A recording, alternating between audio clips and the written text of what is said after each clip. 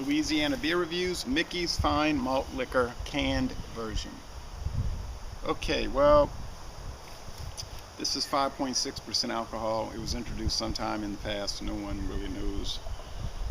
We do know it was a Pabst brand for years, and it was acquired by Miller in 1999. And in 2001, they added the Mickey's Ice Brewed Ale. Oddly, this beer, this malt liquor beer, extra strong beer, has the exact same specifications: alcohol, calories, grams of fat, everything, as Magnum malt liquor, which I find unusual. Mickey's has the distinctive green and gold can and bottle designs with the hornet, the fighting hornet. I had to go on such a big search to find this 24-ounce can. I saw Mickey's bottles all around different places, but I had to go to 9 different stores before I found the canned version. One store said we used to sell it, but nobody was buying it, so we stopped it. And then the funny thing is, the store that had it was the one over here that's the closest to me. I think if I looked over the fence, I could see the store. So I'm going all around, and it's close to my house. So $1.83, I believe that's what it was, $1.83 after tax for this can. I don't think I should really be putting it in a Budweiser glass since it's a Miller brand, but I don't suppose that matters.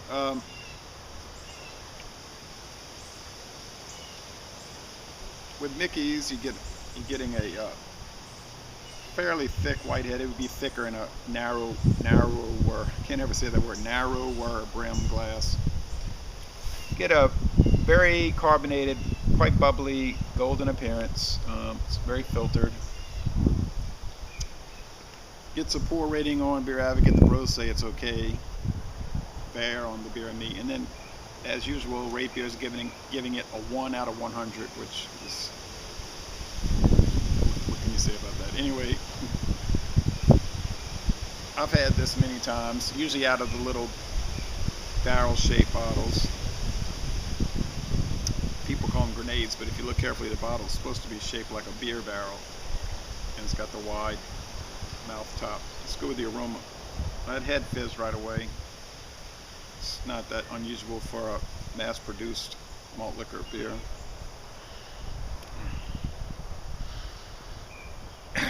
It's really musty. It's like dank grain. And what is that grain? It's barley and yellow corn grits. Because if you get on the Miller website, there's a little page, and they talk about their brewing process, and they talk about their ingredients, and they use the yellow corn grits. That's sort of like their trademark thing. And if you go on the brewery tour, they'll point that out to you. It has maybe a faint hop spice too, maybe, and it's certainly sweet, and it's a good aroma. Let's go with the flavor.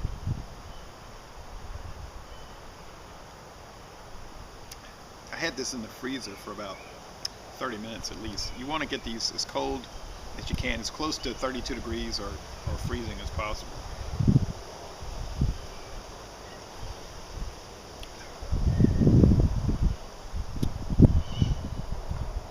It's sweet, it's grain, the barley malt and the corn. There's the slightest bit of hop bitterness, probably around 15 to 17 IBU.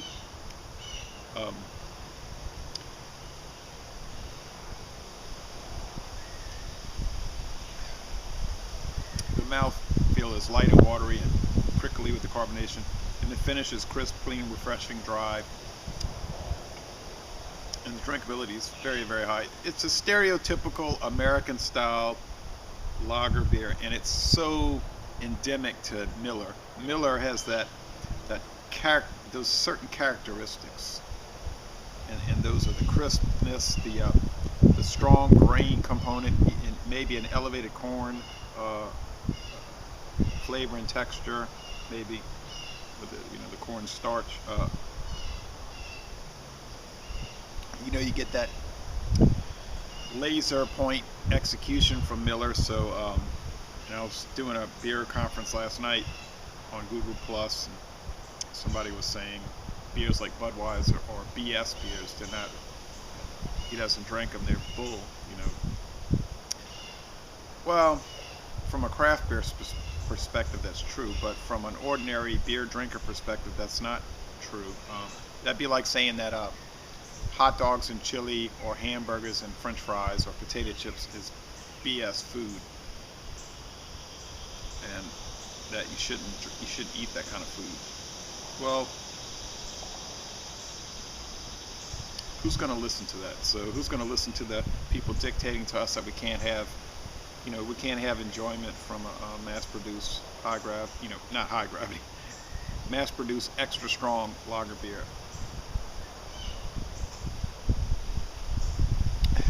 It's not gourmet. It's not meant to be that. But in the context of what it is, and we talked about that, and I think Tom the Beer Whisperer, more than anyone, he gets the contextual